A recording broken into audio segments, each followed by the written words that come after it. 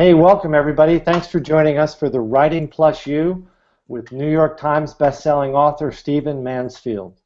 We have a great moderation team tonight. We have Elizabeth Fuller, our social media guru, and myself, Gary Senna, an executive coach, will be moderating tonight, asking Stephen some of the great questions that many of you posted online, and we're also going to be having a little bit of a Twitter moment tonight. So Elizabeth, you want to tell us all about that? Yes, because this is a social experience, we want to make this fun. So if you are watching and you want to respond and live tweet us, we're going to be using the hashtag WritingPlusYou. It's also in the kind of little comment box right below this video. So it's hashtag WritingPlusYou. Join us on Twitter, join us on Facebook, and make sure you tweet out your favorite thoughts. But again, hashtag WritingPlusYou so that we can all be in the same conversation. Thanks, Elizabeth. This is going to be a lot of fun. Well, let me just take a few minutes and give a formal introduction to Stephen. Stephen is obviously a New York Times best-selling author, has close to 20 books to his credit, started his first book on Winston Churchill, which won a Gold Medallion Award finalist, wrote a book on Booker T. Washington and George Whitefield. It was in 2002 when Stephen decided to give himself fully to writing, speaking, and training leaders. Not long after that, he wrote The Faith of George W. Bush, which landed on the New York Times bestseller list twice and won numerous national awards. Stephen has also penned the book The Faith of the American Soldier with the U.S. troops, after he was with the U.S. troops in Iraq in 2005, wrote a book on the papacy, The Faith of Barack Obama, The Search for God in Guinness in 2009. Since then, he's continued his literary success with books about figures as diverse as Abraham Lincoln and Oprah Winfrey. Recently wrote a book called Killing Jesus, which is the gritty, powerful written retelling of the death of Jesus. And his latest book, which is in the third printing, is Mansfield's Book of Manly Men. Whew! I'm tired just reading your biography, Stephen, let alone all the writing you did. Why don't you go ahead and give us a greeting? Well, you know, when I die, I want Gary Senna to introduce me to God, because I'm sure to get in, although he may go to hell for lying about all those facts about me. Hey, everybody. Good to have you here. The technology wonderful that lets us do this. And I love the fact that you're gathering here tonight to talk about writing, something that we just got to know how to do in our generation that many of us want to do so much better. So glad you've joined us. Get those questions to us. I'm very excited about talking you through this, and very excited about the possibilities that we have in this generation with all this technology to impact our world with the written word.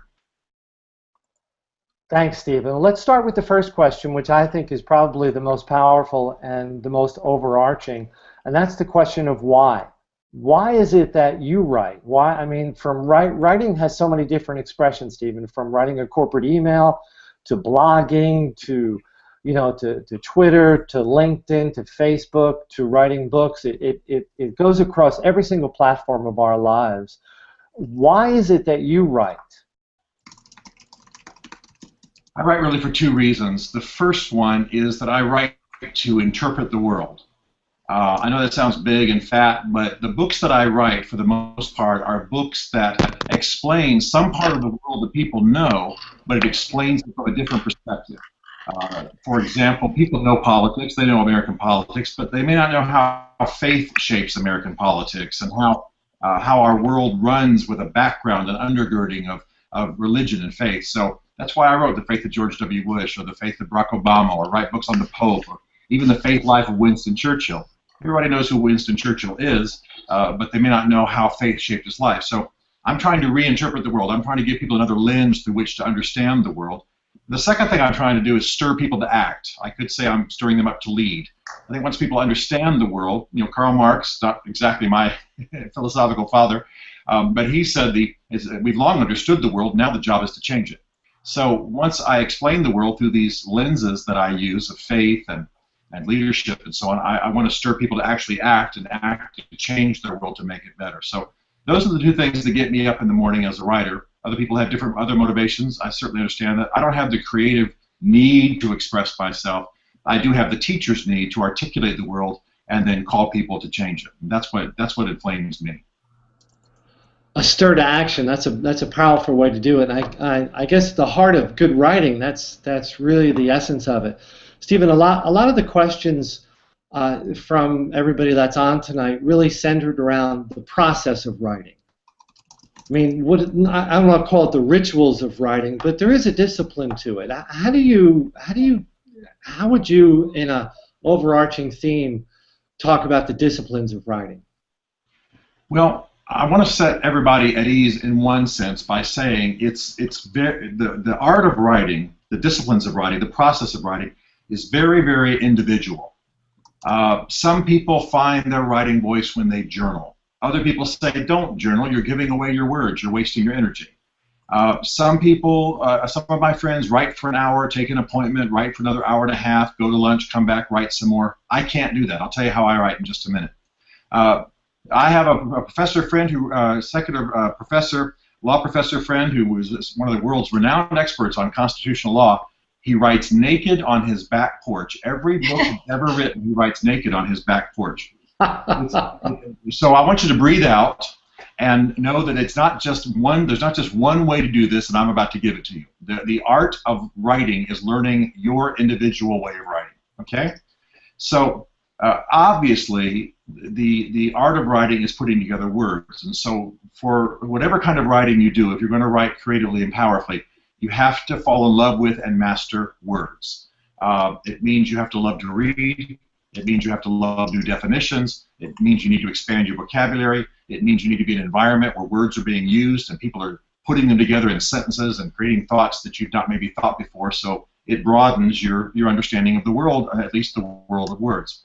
Second of all, I want to say this very, very firmly. You cannot be a great writer if what you want to be is a great writer. You have to be passionate about something that inflames your writing. Nobody has ever become a great writer by simply wanting to be a great writer. That makes them an empty suit. That makes them a person with words but no passion, no vision, no ideas that they want to express. I think once you fall in love with words and verbal expression, the next thing is you have to have ideas that inflame your soul, things you want to say to the world, things you want to express. But people have asked about disciplines, and so I don't want to get all broad and philosophical. Here's how I write. I do months and months of research. I read, I digest, I take notes, I mark in books, I spill mustard onto my books, I wipe the stain off, I mark them again. My books live with me like creatures that are occupying my life. When it comes time to write, I know that it's time to write because I'm hearing the narration in my head. The research leads me to narration happening in my head. And then I simply begin to put that on the page. I don't necessarily write the first word of the book first. Sometimes I go interior. I write the middle of the fourth chapter first. Whatever it is that it's at hand, whatever it is I feel that I really have a handle on in my head, that's what I write. My actual process is a little unusual. Let me just explain it very, very briefly, and then I won't take up the time with just this one question. But I'm not the kind of person who can be interrupted in my writing. So I get up in the morning, work out, have breakfast with my wife or whatever, and then I say goodbye. And my wife can interrupt me, other people can interrupt me, but basically I'm going to write all day. For me, writing is like putting a 747 in the air. Once it gets up, it's not supposed to stop 30 minutes later and come back down. It's supposed to stay up, all the way to Singapore. So I will write all day without any interruptions except maybe a sandwich and a bathroom break or two until about 5 o'clock or so. I don't take meetings. I don't turn my phone on. I don't answer emails. I don't break any more than I have to. It's not legalistic. My wife can talk to me and so on, but I get up and I stay up. And sometimes I can write as many as 4,000 to 5,000 words in a day. More often than not, it's more like 2,000, 2,500 words a day. But I stay up there. And the discipline of writing for me is not so much in the actual writing. It's in the thoughts and the feeding of the thoughts through research. So now that's my individual process, and some of you listening are going to say, well, that's not really me, and that's my whole point. Writing is such an individual thing that there's no way to say this is the form. You've got to find it yourself. Some people, Hemingway wrote 250 to 500 words on the beach every day. Michener wrote 1,500 words in his office before breakfast. There's no way that you can really say there's one way to do it. But once you find your way, that's when the art really kicks in, because you find your best energy, your best time of day, your best method. One of my favorite writers still writes with a quill pen. because it slows down his thoughts and makes him be deliberate. So everybody, you'll find your way of doing it. Elizabeth, you want to comment on that? No, I never really thought about. I think a lot of times we get caught up in this idea that there's one way to be successful, especially at something like writing, where there are great writers who have a lot of accolades, like yourself. And I think it's great to hear that there's not one way that we have to do this, that everyone can kind of find their own way, and then not they can, that they should find their own way. Right. It's like you have a grain, you have a wiring, and you've got to learn how to go with that wiring, and not worry about somebody else. And that's why I sometimes hesitate even telling people what my process is, because they may be the 90 minutes of writing before breakfast in the morning and they're done for the day. Fine. Just know that. For me, it's not that way. So, and I only write one book at a time. I can't write 3 or 4 like some people do at a time, on and on and on. But you'll find it. You'll find it. Stephen, I neglected to tell the audience in the beginning to make sure we have a pad and paper down, because I'm sitting here taking ferocious notes. I mean, I love the concept of research to narration. I mean, Stephen, when you started writing very seriously with all of the books, how long did it take you to find your patterns and actually find your voice, find that passion? Yeah, it took me a while. My first book, my first serious book was Never Give In, the book on Churchill that you mentioned. And I wrote that from 10 to 2 in the morning because I was busy with my work and I had children I didn't want to, ignore in the evening hours. And the book did well, but I was exhausted by the time it was done because I wasn't falling asleep till 3 in the morning and had to be work the next morning. And then over time, and I need to say, by the way, to some folks who are watching, of course, once I became a little successful, I could determine my own time. I could write all day. I wasn't working another 9 to 5, and that does make a difference. But my best way to do this is to not overwrite, write from about 10 in the morning till about 5 in the evening, and I just stop. Wherever I am, I just stop. You can't just continue to push yourself. How you're feeling emotionally, whether you're being stimulated by friends and kids and books and life and breathing the spring air, that's all part of the creative process. So you don't want to choke that out and lock yourself away in a room. But it took me a couple of books, Gary, to answer your question. Well, that's fascinating, because a lot of the people that are listening to this as we stream it, Stephen, are just kind of starting, and finding your voice and finding your rhythm and finding your creativity is probably the hardest place for them to begin. But they have to begin somewhere. What kind of thoughts would you have for that? Try out a variety of things. I mean, if you're trying to write the great American novel and you work a 9 to 5, well, then you've only got so many options, right? You can write all day Saturday. You could write in the wee hours of the morning Sunday. Try it out. Obviously, obligations and commitments will determine some of this, but there is a pattern that works for you. Now there probably are 3 or 4 of them, but you learn what works for you. Most of you will find it fairly quickly. You'll get up early in the morning and you'll go, there is no way I'm making any sense at 5 o'clock in the morning, so forget that. Some of you will realize you can't write late at night. Some of you will realize you can't write when you're emotionally stirred up. For some of you, maybe writing 4 hours on a Sunday afternoon is all you can do in a week, because every other time is too challenged and tumultuous. It's a matter of knowing your circadian rhythms. I think most of you will know that word. It means the time of day that's naturally energetic for you. It's a matter of knowing when you're most inspired. What you do want to do if you're going to write a lot is move away from the bursts of inspiration. I worked a job and got inspired once, and I went and hid in the men's room and wrote everything down for 30 or 40 minutes, but I wasn't doing my job, and you can't write books in men's rooms. So I just had to learn over time that, you have to contain the inspiration. Find it, get some notes down that remind you later. There is no exact pattern to it. Just try a lot of things. And the main thing is relax. This image that we sometimes see on TV where the guy is going to write a book and he's in his living room with his typewriter. He writes, "It's a dark and stormy night." Yeah. Tears that page out and throws it off to the side. The camera pans over and there's a great big stack of wadded up papers. He's been doing this for hours. All of us feel like this. You just need to relax. You need to find your inspiration wherever it comes from, and then you'll eventually just evolve into the pattern that works best for you. The death to good writing, though, is to think there's only one way to write and only one discipline system for writing. Everybody's different. I know guys who write like crazy on airplanes. I don't write a word on airplanes. Not a word. I edit, I read. I just don't write well on airplanes. That's it. I don't know why. But at least I know it, and I don't try. And so these are the things that you'll figure out about yourself. It really will come. Now, Steve, when you talked at the beginning of creating a large funnel of information at the top, How do you do that? I mean, what are the tools that you use personally? I know obviously you're an Apple guy, but what are the tools you use to capture that information and to store it? Well, I use mainly a MacBook Pro. I have one of the big screens that I dock it to when I get to my desk. And what I do is, all that stuff we learned in school about 3x5 cards and outlines and all that stuff, I just want to say to all of my teachers, who I love very much, I don't use any of it. I don't use any of it. I'm sure it is good for some people who are very systematic. I read. I have a system for marking books. So that's the main thing that helps me, is when I read, I never read anything serious without a pen, and I mark the book. Or I use my iPad, and I use several of the different programs to mark and highlight and create notes. I love what my iPad allows me to do in reading a book, either in Kindle or in iBooks, where I can mark it, create an index, do searches, all of that kind of thing. So I read and I read and I mark, and then I start dumping things into actual Word files. And they'll just be named something big and fat. If I'm writing a book on Churchill, Churchill's humor, Churchill's friends, that kind of thing. Of course, I don't even put the word Churchill on it because it's all in a folder about Churchill. Conflicts, health, and I just start dumping things in there.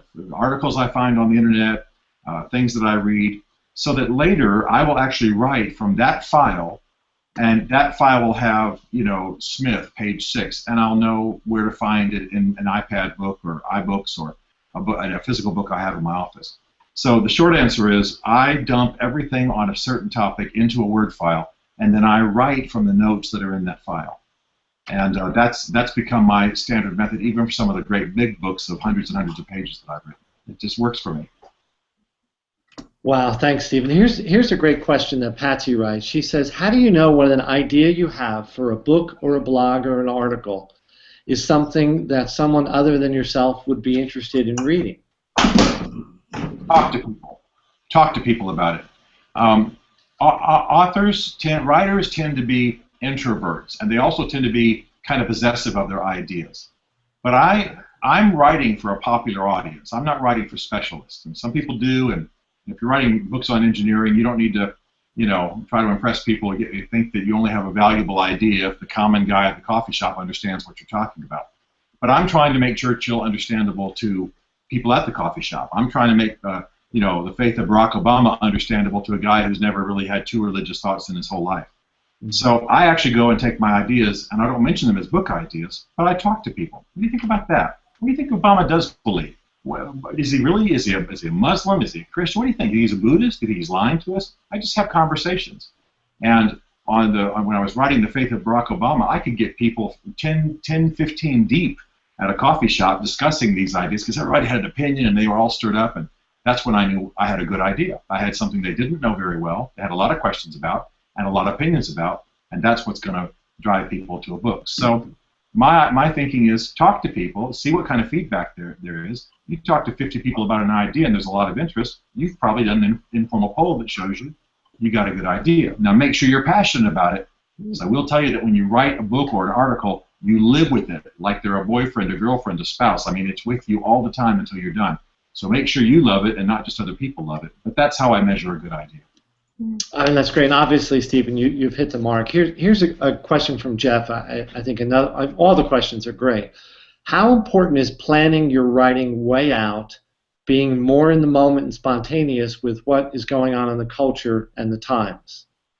In other words, how much can you, I guess when you're doing an autobiography or doing a biography on someone, it's different than if you're trying to do something that's contemporary. But how would you juggle that, Stephen? Yeah, that's the difference between tweets, blogs, short pieces that are timely. A blog can be whipped out in 4 paragraphs, 5 paragraphs on the day of an event. But for me, a book has to be planned way in advance. A major article has to be planned way in advance. Part of it is that I take the number of pages that I've contracted to write, and I actually divide it up by the days that I have open to write, and I work that plan. I can get behind or I can get ahead, but I work that plan. Now that's me, and I'm half my life is writing, and that's how it goes. But you really you have to plan, and then you have to have the ability to do jazz once you make your plan, because it's going to change. Things are going to change. Schedules are going to change. But I actually think that most people shouldn't write more than about 500 words on a writing day, And so they should look at what their goal is ultimately in terms of word count and not write more than that. That means you can do a blog a day. Of course, you can do tweets, but if you're going to do a 5,000-word article, you better plan that out and have those days free. And don't think in terms of, don't pressure yourself for more than 500 words a day. That's my rule of thumb. Now, not that I'm a different or better creature than anybody else, but when you've been writing as long as I have, you can cram 5,000 words in there. It's not the best. I don't want to do it all the time. But for a leisurely writing life that you enjoy and produces your best, I think 500 words a day on a writing day is about as far as you should go. For most people, that's an hour to an hour and a half, 2 hours of writing. Great, Steve. In terms of, I mean, as a writer, when you're reading other stuff, do you see common mistakes, common flaws? Do you get frustrated with, not so much with other people's writings, but maybe with the process they're going through? Yeah.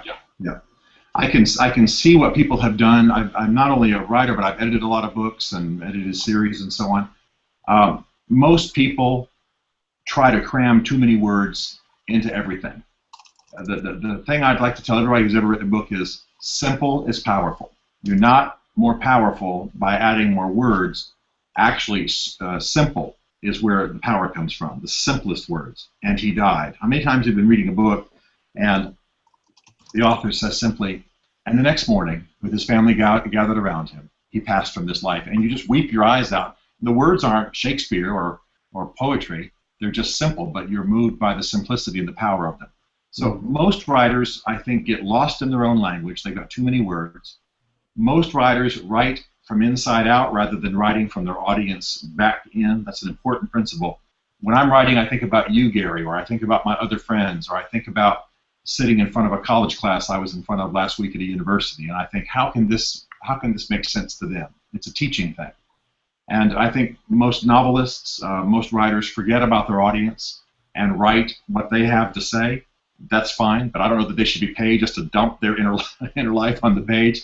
And when you read bad writing, that's usually what's going on. So probably the thing I see that are greatest mistakes are assuming too much, that too many words increase your importance, your power, your weight, and then not thinking about the audience you're trying to hit. If you don't aim for something, you hit it, as they often say. And most books are rather aimless because they haven't decided who they're writing to. That's a great answer, Stephen. Everybody's writing today, even if it's good, bad, ugly, or indifferent. Everybody's writing a blog. Everybody feels like they have a book inside of them.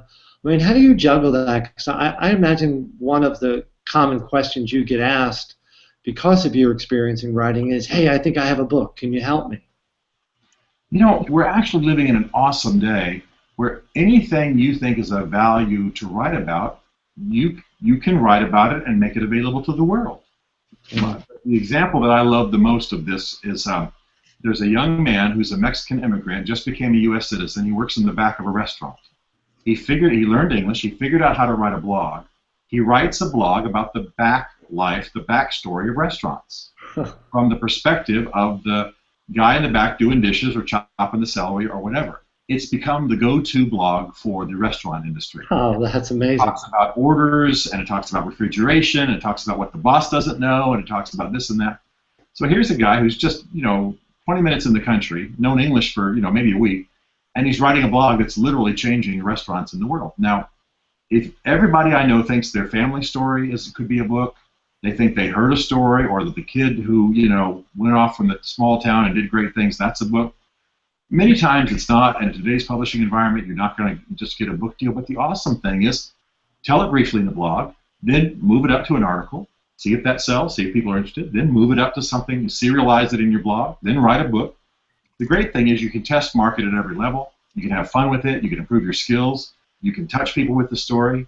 And I think that everybody should take their tweeting, their blogs, whatever articles they write, whatever little thing they write for their church newsletter or the city paper or whatever, as a chance to improve their skills. And eventually, this is how most books, most authors are created. They started by writing, one of the most famous authors in the world started by writing restaurant menus. So, you just move your way up. And I think that not only tests the story, but it lets you improve as a writer. So start where you need to start. And don't don't be frustrated because some publisher hasn't come swooping into your house to buy the story of Uncle Bill in World War II. It'll prove itself if you'll just start telling it. Great, Stephen. Could you go over the sequence again? Because you talked about blogging, then articles. Could you move up that sequence? Because you did that really quickly. I want to make sure our audience captured that. I'll talk fast like a Yankee on drugs, so I'll be happy to. Let's say you have a story in your family. It's the story of what your dad did in Vietnam or grandpa did in World War II, and you just think it's awesome. It's never been seen. You ever heard anything like it before? It's never been in a movie you've seen before. Well, tell it in a speech. Tweet it on Veterans Day, or when new movies come out about World War II. See if you can make language interesting. Then put it in a blog. Write it in a blog, and just start collecting pictures. See if Grandma has the pictures from those days, and start bringing it together and write it in ever more interesting blogs. And then write it in serials of blogs. Hey, I'm going to do 5 blogs on my grandpa's experience here, during the 4th of July era or something. And then eventually, do it as a newspaper article. Ask the local paper if you can do it, and then maybe just work up the food chain, improving your skill, and test marketing the story. It might be you find, what, my family weeps over this story. It's not meaning anything to anybody outside of our 4 walls. Probably, though, as you get to be a better storyteller, you'll find there is interest. And I think that every story should be launched and find its own level in the world. Every story that moves you will move other people. Launch it. Put it in print. Get it out there somehow. Even if it's just a bunch of pictures on your website that only have captions initially. And then, in time, it'll find its natural level as you improve as a storyteller. Great, Stephen. I appreciate you amplifying that a little bit. Stephen, there was, I think it was probably a few years ago when there was a lot of talk about how the printed world was dead because of all the electronic stuff. And I remember reading some stuff that you had written about that, or maybe I heard you give a talk about it. Could you kind of revisit that a little bit? Because in the electronic, world we're living in, there still is a place for a great book to hold in your hands and mark up, isn't there? Oh yeah, absolutely. It's really interesting. When I went to graduate school, I took kind of a future studies class, and the expectation at that time among academics was that the image would kill the printed word. That we would live in a society of symbols and images. People wouldn't even have to know how to read. One scientist said, one futurist said, symbols would just take over. You'd know what to do because you'd memorize symbols like a 3-year-old basically, and the printed word would go away. Some people would still read. Some people would enjoy books. The reality is that the preponderance, the increase, the influx of images has actually come along with a dramatic new emphasis on the written word. Think about it. When you turn on Fox, CNN, MSNBC, and they've got images on the screen, what else is on the screen? Words crawling by, words up by the anchor's head, words. In other words, even with images now, we've got to have the words to explain them. The fact is, more books will be printed next year than any other time in history. People are buying more books. They're reading more books. So the written word, articles are doing tremendous things. Some of our history in the last year, some of the headlines, shaped by articles people wrote and exposés people did. Journalism's more important than ever. It may not be as easily monetized, but it's more important than ever. So we're living at a time when the written word has not gone away. It's actually more important than ever. It just doesn't take the traditional form. It used to be you either wrote a newspaper headline or you wrote a book. Maybe you wrote a magazine article in Life or Newsweek. That was all that was of impact. Now, entire prosecutions in Washington, D.C., entire causes have been generated just from some local blog. Now the word is more important, not only more of them, but the visibility they get. Think about it. You write 4 paragraphs on a blog. It can be seen anywhere in the world. It's never been like that before. So the written word is more important than ever. The writer has more power than ever. The thing that makes some people think that's not true is that it's harder to monetize the writing of words and to make a life out of it. Those of us who do are very, very blessed, I think. But everybody can use words and will have to use words to get along in this world and also to impact it. And that's why we do what we're doing right here, Gary. No, Stephen, that's a great answer. Elizabeth has a question, Stephen. Sure. One of the questions that we got asked that I thought was really interesting was, how should a new writer approach research, since oftentimes they don't have the same accessibility to kind of high-level people that an established author has? Do you have any thoughts on how a new writer could go about researching things in the most concise and appropriate way? Yeah. First of all, choose your topic to fit what you have access to. You can't write a book on the secret life of George W. Bush unless you're hanging out at Crawford Ranch in Texas, and most of us aren't. You can't write a book on, something deep in the interior, Obama's true inner life. I mean, you're not going to get to that probably unless you achieve some status as a writer. So the first principle is choose your subject, okay? Second of all, the thing that really will distinguish a new writer is if they choose a subject where the information is available online, but they're willing to put in the sweat equity, the hard hours of plowing through documents, volumes of things. You aren't going to be able to hop the jet, fly to wherever some rare document is, and a rare document may not be that important to what you're doing. But you can get online hour after hour and go through whatever, the Pentagon Papers or the Constitutional Papers or some famous person's papers that have never been published, and find something nobody else has seen and put that down.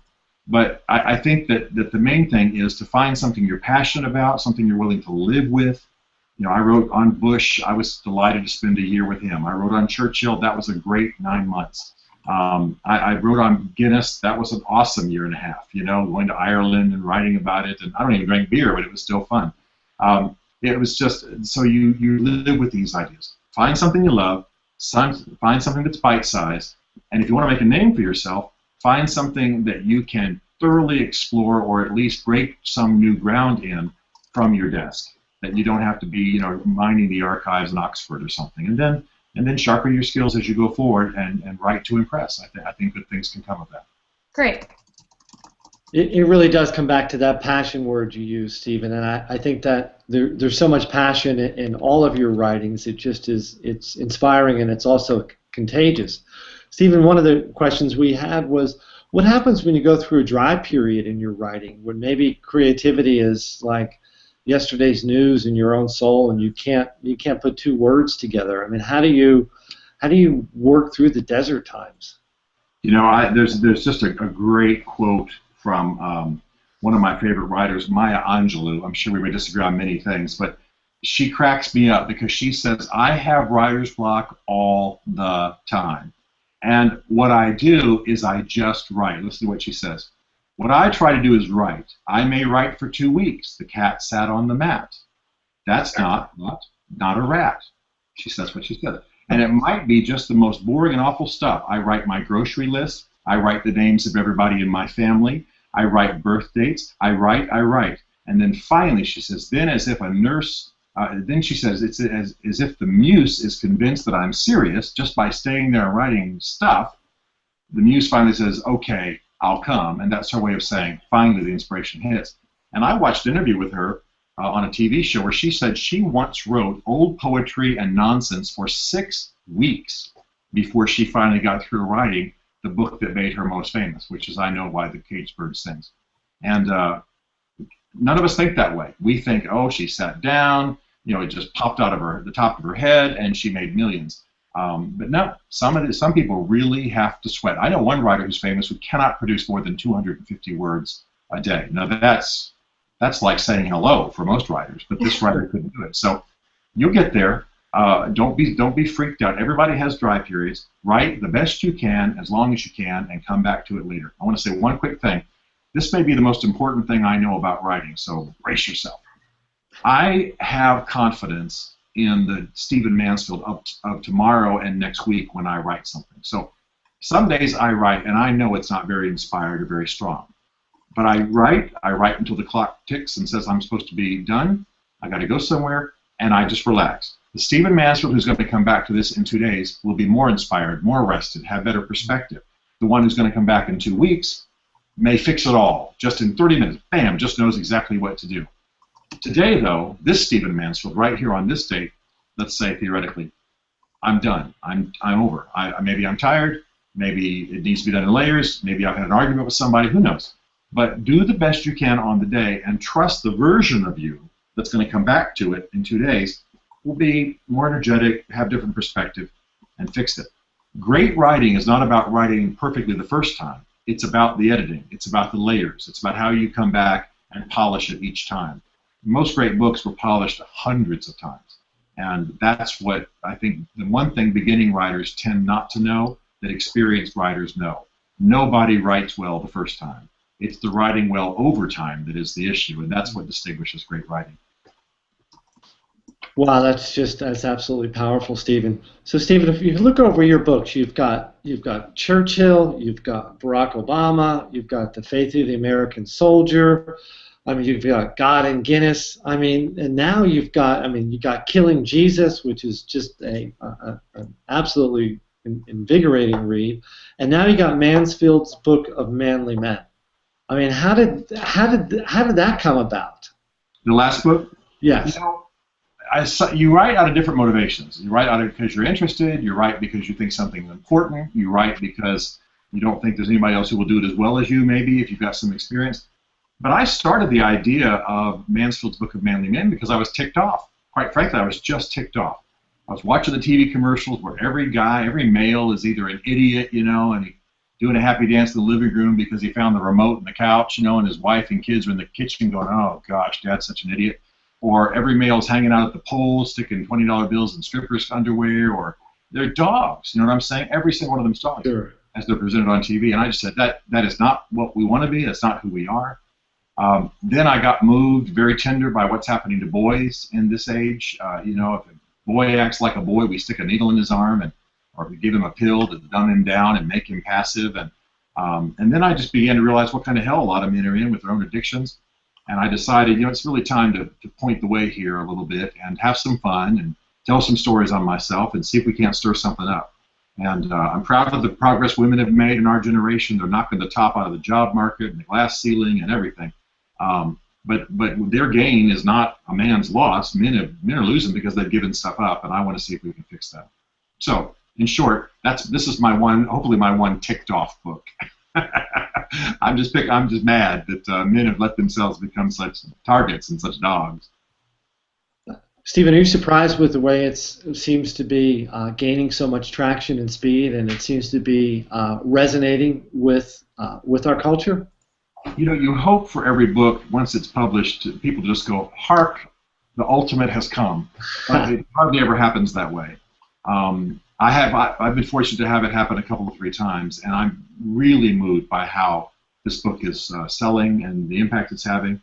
And I'm really moved, too, because some of the major media that's happening is the interviewer, the host, was moved themselves. In other words, Glenn Beck, some of you will know that Glenn Beck just found the book on a producer's desk, read it over Thanksgiving, and got on his show the next week every single day, crying and reading from it and saying this book's going to change the nation. I didn't even know Glenn Beck at that time. Now we've met and talked. Other people of the same kind, Hannity, others, they're touched by the message. So it's a message book.